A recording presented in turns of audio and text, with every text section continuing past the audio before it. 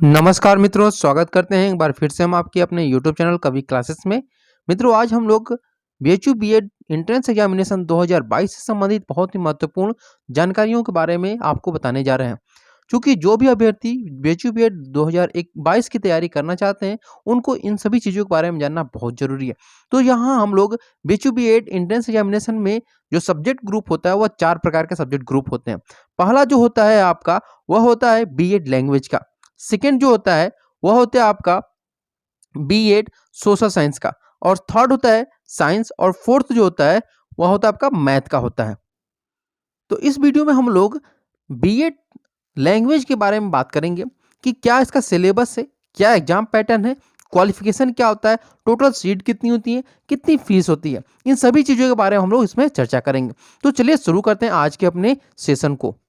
सबसे पहले हम कोई भी फॉर्म भरते हैं तो उसमें हमें मिनिमम एलिजिबिलिटी रिक्वायरमेंट देखते हैं कि क्या मिनिमम एलिजिबिलिटी रिक्वायरमेंट है। तो आपको बता दें कि अगर आपने क्या किया हुआ है, ग्रेजुएशन किया हुआ है, ठीक है, क्या किया हुआ है, ग्रेजुएशन, वो भी 50% से, किसके साथ, 50% के साथ अगर आपका यहाँ पे ग्रेजुएशन है तो आप इसके लिए एलिजिबल हैं। ठीक, यहाँ पे 5% की छूट मिलती है जो एससी एसटी कैटेगरी के होते हैं, लेकिन जनरल और ओबीसी को 50% रिक्वायरमेंट होती है। अगर आपने ग्रेजुएशन में 50% नहीं लिया है, तो अगर आपने पोस्ट ग्रेजुएशन किया हुआ है यानी पीजी किया हुआ है किसी भी से भी, चाहे एमए हो, एमएससी हो, एमकॉम हो, तो उसमें भी अगर आपके 50% है तो वहां पर भी आप लोग क्या कर सकते हैं कि इसके लिए एलिजिबल होते हैं। यहाँ पर एक और रिक्वायरमेंट है कि अगर आपने इंजीनियरिंग किया हुआ, कोई भी टेक्नोलॉजी कोर्स किया है इंजीनियरिंग से संबंधित, और उसमें आपके 55% होने चाहिए। ये रिक्वायरमेंट सिर्फ और सिर्फ जो बैचलर्स की डिग्री लेते हैं इंजीनियरिंग में, ठीक है, इंजीनियरिंग हो या टेक्नोलॉजी हो या फिर कोई भी हो, ठीक है, तो उसमें आपका 55% होना चाहिए। वैसे नॉर्मली अगर आप बीए बीकॉम बीएससी कर रहे हैं तो उसमें आपको 50% होने चाहिए। अब बात करते हैं हम लोग कितनी सीट है, क्योंकि अगर कोई भी हम फॉर्म भरते हैं तो हमें सबसे पहले मालूम होना चाहिए कि उस जिस भी हम लोग कोर्स में एडमिशन ले रहे हैं उस कोर्स में कितनी सीटें हैं। तो देखिए, जो सीटों की संख्या है वह दो प्रकार से बांटी गई है। क्योंकि जो लैंग्वेज का होता है बीएड लैंग्वेज बीएचयू में, वह दो तरह से होता है। एक होता है कि नॉर्मल होता है, जिसको हम लोग जनरल बीएड कहते हैं, ठीक है, नॉर्मल बीएड। और दूसरा जो होता है वह स्पेशल एजुकेशन बीएड होता है, जो कि दिव्यांग बच्चों को पढ़ाने के लिए एक कोर्स है, उसको किया जाता है। तो ये दोनों ही कोर्सेस में अलग अलग सीटें हैं, तो हम सीटों के बारे में जानते हैं यहाँ पे। तो यहाँ आपको बताना चाहेंगे कि जो कोर्स है वह कोड है आपका 564 कोर्स है, सॉरी कोड है। अब यहाँ पे आपको बता दें कि बीएड लैंग्वेज, अब जब यहाँ पे बीएचयू में एंट्रेंस एग्जामिनेशन के लिए तैयारी कर रहे हैं तो 3 यहाँ पे कॉलेज है। पहला जो कॉलेज है वह है आपका बीएचयू कामाख्या, जो कि मेन कैंपस के नाम से आपको जाना जाता है। उसके बाद वीसीडब्ल्यू है, और फिर उसके बाद आपका एमपीजी। यहाँ पे तीनों में महिलाएं यानी कि फीमेल कैटेगरी की जो है, फीमेल, वो लोग एलिजिबल हैं। लेकिन जो बॉयज यानी कि जो मेल कैटेगरी है, उनके लिए सिर्फ और सिर्फ क्या है, मेन कैंपस है। क्लियर हुई बातें? यानी टोटल सीट क्या है कि 31 सीटें कितनी है आपकी मेन कैंपस में है, ठीक है। वही 16 और 16 सीटें जो हैं वह आपकी एफिलिएटेड कॉलेज में है, तो वीसीडब्ल्यू और एमपीजी में। इस प्रकार से बीएड लैंग्वेज में टोटल मिलाकर कितनी सीटें हो गई, तो 63 सीटें हो गई आपकी किसमें, बीएड लैंग्वेज में। क्लियर होगी बातें? और ये तो नॉर्मल बीएड की बात हो गई। और स्पेशल बीएड जो होता है उसमें जो सीटों की संख्या है वह कुल मिलाकर के 16 सीटें होती हैं, ठीक है, 8 और 8, मतलब कि यहाँ पर 16 सीटें होती हैं, और सिर्फ मेन कैंपस के लिए ही आपकी 16 सीटें होती हैं। इसके अलावा एफिलिएटेड कॉलेज में आपका यहाँ पे जो है स्पेशल एजुकेशन बीएड है वह नहीं है। और एक बात और आपको बता देना चाहते हैं कि स्पेशल बीएड यानी स्पेशल एजुकेशन बीएड और नॉर्मल बीएड का जो लैंग्वेज का पेपर होता है, दोनों पेपर कंबाइन होता है, ठीक है। चाहे आप स्पेशल बीएड का करिए, तैयारी करिए, या फिर बीएड का करिए, नॉर्मल बीएड का, दोनों का पेपर एक ही देना होता है। हाँ, सिर्फ उसमें क्या होगा कि जब मेरिट बनेगी तो स्पेशल एजुकेशन बीएड का अलग बनेगा और नॉर्मल बीएड का अलग बनेगा। अब बात करते हैं हम लोग की एग्जामिनेशन के बारे में कि आपका जो एग्जामिनेशन का मोड ऑफ एग्जामिनेशन होगा वह क्या होगा। तो देखिए, जो मोड ऑफ एग्जामिनेशन होगा वह होगा आपका सीबीटी मोड होगा। सीबीटी मोड मतलब होता है कंप्यूटर बेस्ड टेस्ट, यानी कि आपका ऑनलाइन एग्जामिनेशन यहाँ पर लिया जाएगा। क्लियर हो गई बातें? यहाँ पे अब अगला आपको जो टॉपिक, एक एक टॉपिक में आप लोग क्लियर कराता जा रहा हूँ कि ताकि कोई भी आप लोग कंफ्यूजन ना हो सके। अब अपने सिलेबस को आप लोग जान लीजिए कि आप लोगों का जो सिलेबस है वो क्या होगा। तो कॉमन टेस्ट आप लोग के लिए होगा, जो कि आपका रहेगा किसके लिए, बीएड लैंग्वेज और बीएड लैंग्वेज स्पेशल दोनों के लिए एक ही पेपर तैयार किया जाएगा। तो यहाँ पे देखिए आप लोग ध्यानपूर्वक कि आपको क्या क्या पेपर में आएगा।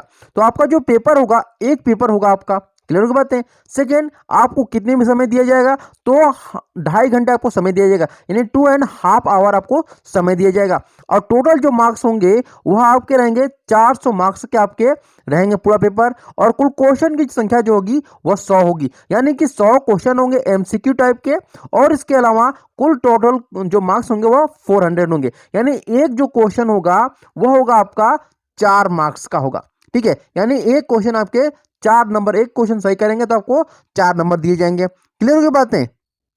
और वही नेगेटिव मार्किंग बात करें तो नेगेटिव जो मार्किंग रहेगा वह आपका रहेगा -1, यानी कि एक क्वेश्चन गलत होने पर आपका एक क्वेश्चन क्या हो जाएगा, मतलब यहाँ पे एक नंबर काट लिया जाएगा। इसके बाद बात करें यहाँ पे अगला कि आप लोग का जो पेपर वो किस प्रकार से होगा। तो जो 100 क्वेश्चन होंगे ना, उसे 2 भागों में डिवाइड किया जाएगा। ठीक है, पहला जो रहेगा वह रहेगा आपका यहाँ पे पार्ट 1। क्या होगा, पार्ट 1। पार्ट 1 में 30 क्वेश्चन पूछे जाते हैं। कितने क्वेश्चन, 30 क्वेश्चन। और पार्ट 2 में आपके क्या पूछे जाते हैं, मतलब 70 क्वेश्चन पूछे जाते हैं। यानी कि 30 क्वेश्चन आपके पार्ट 1 से और 70 क्वेश्चन आपके पार्ट 2 से पूछे जाते हैं, यानी टोटल मिला के 100 क्वेश्चन होंगे। अब यहाँ देखिए पार्ट 1 में किस प्रकार के क्वेश्चन आते हैं। तो देखिए यहाँ पे 30 एमसीक्यू ऑन टीचिंग एप्टीट्यूड, यानी कि एक। सेकंड हो गया रीजनिंग, सेकंड। और थर्ड हो गया करंट एजुकेशनल सिनेरियो, यानी कि सेक्शन ए में जो पार्ट 1 या सेक्शन 1 कहिए उसमें 30 क्वेश्चन रहेंगे। और पार्ट 2 जो कि 70 क्वेश्चन का रहेगा, इसमें से आपको अपने विषय से प्रश्न पूछे जाएंगे। जैसे अगर आप लैंग्वेज से हैं, क्योंकि हम लोग लैंग्वेज की बात कर रहे हैं, तो लैंग्वेज में 3 विषयों से आपके एग्जाम में आते हैं प्रश्न। पहला आपका हिंदी से प्रश्न आता है, सेकंड आपका इंग्लिश से आता है, और थर्ड जो होता है वह संस्कृत होता है। यानी कुल आपके जो 70 प्रश्न तैयार किए जाएंगे, 70 प्रश्न, वह इन्हीं तीनों प्रश्नों में, तीनों विषय से आते हैं। ठीक है, कभी कभी आपका इस प्रकार से रेशियो रहता है 20+20+10 रहता है, या 15+15+40, इस प्रकार से क्वेश्चन रहता है। ठीक है, और अधिकतर करके जो रेशियो ज्यादा रहता है वह हिंदी का रेशियो ज्यादा रहता है, इसलिए आप लोग फोकस करिएगा, हिंदी पे ज्यादा रहे फोकस, ताकि आप लोग का जो क्वेश्चन है वह ज्यादा हो सके, आसानी से हल कर सकें आप लोग। अब देखिए मैंने अभी आपको बताया भी था कि जो मार्किंग स्कीम होगा वो कुछ इस प्रकार से रहेगा कि प्रत्येक एक क्वेश्चन सही करने पे आपको 4 मार्क्स दिए जाएंगे। यानी कि एक क्वेश्चन अगर आप लोगों ने सही किया तो आपके +4 मार्क्स बनेंगे। ठीक है, वहीं पे अगर आपने गलत किया तो आपसे क्या होगा, अगर एक क्वेश्चन गलत करते हैं तो आपसे -1 मार्क्स क्या हो जाएंगे, कट हो जाएंगे। ये क्लियर होगी, यही दोनों आपके मेन होंगे कि सही करने पर 4 मार्क्स और गलत करने पे 1 मार्क्स कट कर दिए जाएंगे।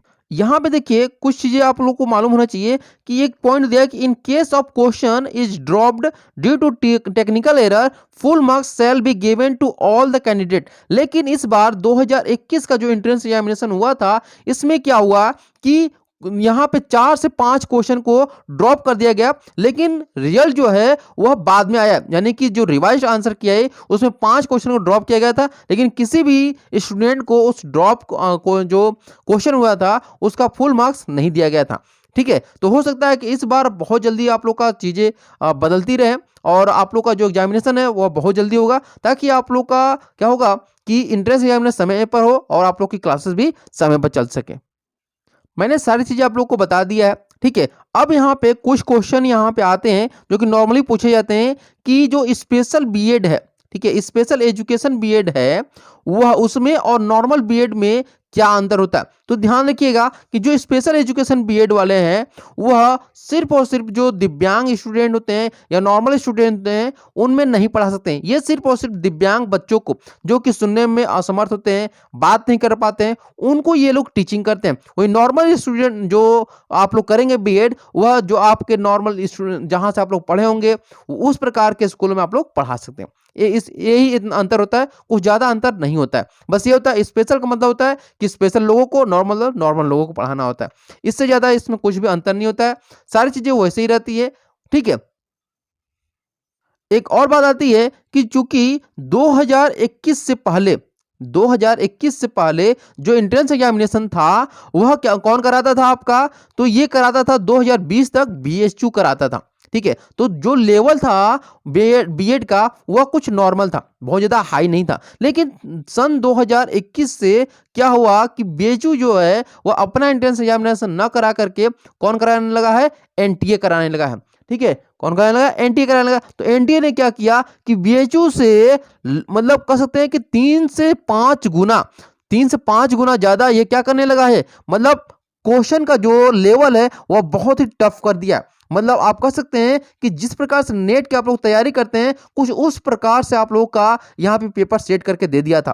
ठीक है, तो यहाँ पर आप लोग ये जान लीजिए कि आप लोग की जो लेवल ऑफ क्वेश्चन है वह बहुत ज्यादा हाई चली गई है।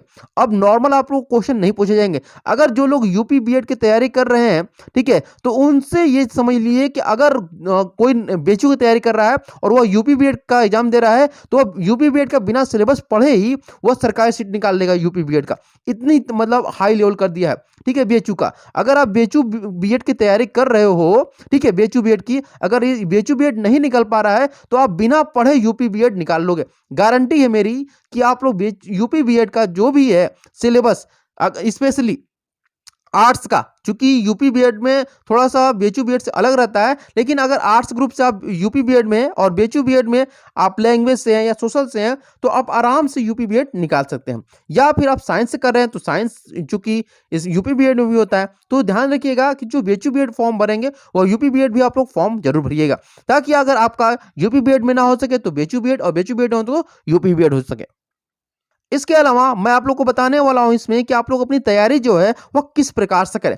मैंने यानी कि आपके अपने YouTube चैनल कवि क्लासेस के द्वारा एक सिलेबस तैयार किया गया है जो कि पूरी तरह से एनटीए के लेटेस्ट सिलेबस पर आधारित है और इसी सिलेबस पर मैं तैयारी शुरू करवा चुका हूं और यह जो सिलेबस है वह पेड ग्रुप के तौर पर चलेगी और YouTube पर तो फ्री क्लासेस रहेंगी, लेकिन आपकी पेड ग्रुप जो क्लासेस रहेंगी वह हमारे यहाँ चलेंगी। ठीक है, तो पेड ग्रुप किस प्रकार से रहेगा, तो ये है लैंग्वेज की आपकी पेड ग्रुप की क्लासेस जिसमें आपको लाइव और अपलोडेड क्लास यूट्यूब पर तो फ्री मिलेंगी, लेकिन टॉपिक वाइज पीडीएफ, यूट्यूब की जो पीडीएफ है, मंथली टेस्ट और आपकी टीचमिंट पर जो ऐप, हमारे टीचमिंट ऐप है वहां पर भी मैं पढ़ाता हूं टीचमिंट ऐप पर। तो वहां पर आप लोगों का सेक्शन ए, जो मैंने अभी आपको सिलेबस में बताया था कि सेक्शन ए में 30 क्वेश्चन आते हैं, इन 30 क्वेश्चन को मैं आपके टीचमिंट ऐप पर पढ़ाऊंगा जो कि जल्द ही शुरू करने वाला हूं। ठीक है, तो जल्दी से आप लोग 299 रुपये सिर्फ इसकी कोर्स की फीस रखी गई है ताकि सभी लोग इसको अफोर्ड कर सके।